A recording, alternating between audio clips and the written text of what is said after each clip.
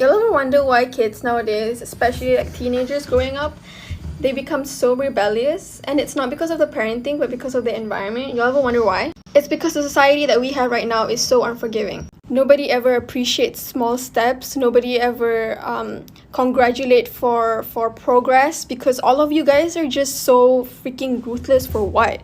It's like you either do it or you don't. What kind of mentality is that? Like, you wear tudung perfectly or you don't. You be really funny or you don't. You raise awareness on all the marginalized issues or you don't. You put out good quality content that takes hours and hours to make or you don't. This is why people don't try anymore. This is why. Don't even try to bring religion in. It has nothing to do with that. It's about being a human and having the empathy to understand that different people go through different struggles that you can't see based on a TikTok profile. So mind your own business. Just saw a video of a girl saying, "We do not objectify men, we personify them." It has not left my brain. When I see a boy in some old H&M cardigan, I think that he's respectful. It is so upsetting that I associate a cable knit sweater with empathy. That is ridiculously humiliating.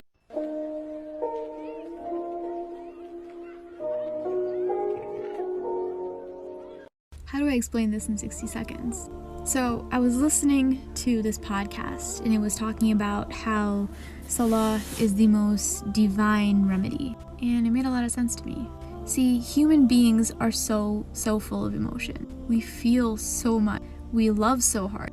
And we're in just as much pain. And that's why the concept of prayer is so beautiful. See, when we're in front of Allah subhanahu wa ta'ala and we're simulating what it's going to be like on the Day of Judgment, complete submission to Allah subhanahu wa ta'ala. Nothing else matters.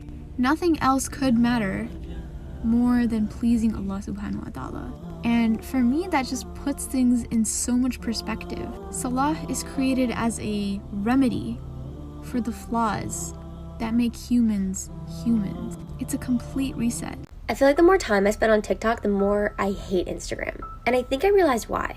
Like, influencers on Instagram are literally just influencers because they're influencers. But popular creators on TikTok are just like usually normal people who just also make TikToks. Like, we have lives, but we also make TikToks. Instagram rewards people for being like inauthentic, and TikTok rewards people for being authentic. And I just think that's so much cooler. I don't know, it feels like Instagram's like this weird popularity contest, but TikTok's just like a chill party that everybody wants to be at. I don't know, does anybody else feel like this, or is it just me?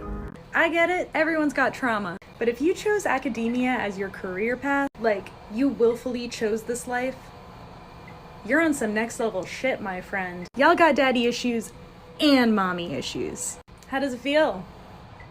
How does it feel to never be worthy? You think when you get your PhD, you'll be worthy? Maybe they'll finally love me. I don't know, maybe I'm projecting. What is something you found out late in life that you should have known earlier but you just didn't? That self-care is a very unbeautiful thing. It is making a spreadsheet of your debt, enforcing a morning routine, or even cooking yourself a healthy meal. It is often the ugliest thing that you have to do, like sweat through another workout, or tell a toxic friend that you don't want to see them anymore, or get a second job so that you can have a savings account. It's figuring out a way to accept yourself, who you are, and how you are, without having to take deliberate breaks like do a face mask or take a bath and call it your self-care time. A world in which self-care has to be such a trendy topic is a world that is sick. True self-care isn't doing a face mask and eating a bunch of cake, but it's building a life that you don't have to regularly escape from. And that often takes the least things that you want to do. Self-care is becoming the person you know you want and are meant to be. Someone with true self-care knows that face masks and chocolate are ways to enjoy life and not escape from it.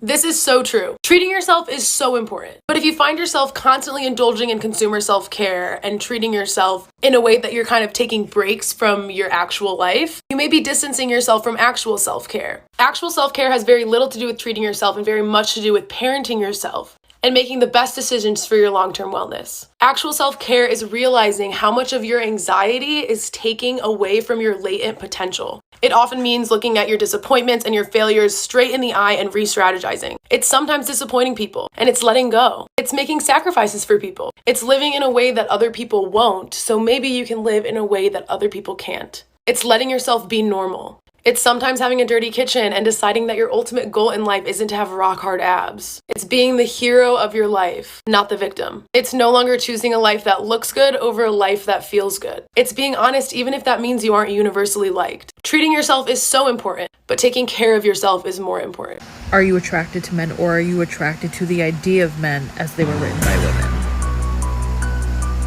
Think about it. The reality is, your impact on other people is bigger than you think. Someone still laughs when they think of that funny thing you said. Someone still smiles when they think of that compliment you gave. Someone silently admires you. The advice you gave has made a difference to people, and the support and love you've offered others has made someone's day. Your input and opinions have made someone think twice, so don't ever convince yourself you're insignificant and forgotten, because your existence makes a positive difference, whether you see it or not.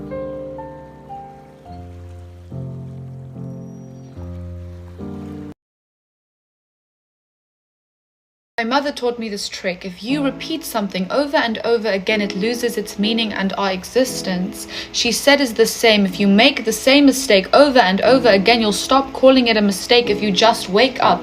Wake up, wake up, wake up, wake up. One day, you'll forget why. Nothing is forever, she said. My parents left each other when I was 7 years old, and before their last argument, they sent me off to the neighbor's house, and when I came back there was no gravity in our home, beds floating. I imagined it as an accident, that when I left they whispered to each other I love you so many times over that they forgot what it meant. Family, family, family, family. My mother taught me this trick. If you repeat something over and over again, it loses its meaning, and this became my favorite game. It made the sting of words evaporate. Separation, separation, separation. See nothing. Apart, apart, apart, apart. See nothing.